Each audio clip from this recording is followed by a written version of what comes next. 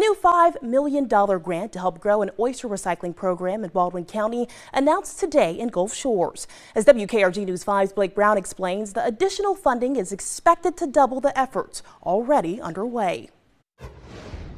Oyster shells still getting new life in Baldwin County 7 years after a recycling program began. Having those not go to a landfill but be able to reuse that has been great, not only for the oysters, but it doesn't fill up our landfills. Shells that were previously thrown away at restaurants and hauled to landfills are collected and put back into local waterways to help more oysters grow, provide habitat, limit erosion, and improve water quality. A new $5 million grant from Restore America's Estuaries organization that was announced Thursday will expand those efforts over the next 3 years. With this program, the Alabama Coastal Foundation should be able to double the number of restaurants that are participating in the oyster shell recycling, and that helps us get more of those shells to put back in the water to grow new oysters.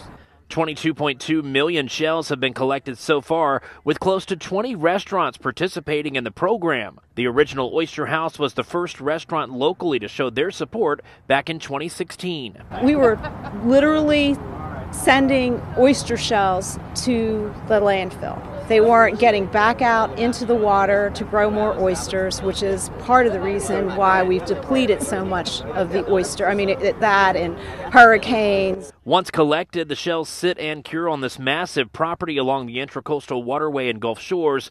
They're put into large piles for about 6 months until it's decided when and where they'll be placed. In Gulf Shores, I'm Blake Brown, WKRG News 5.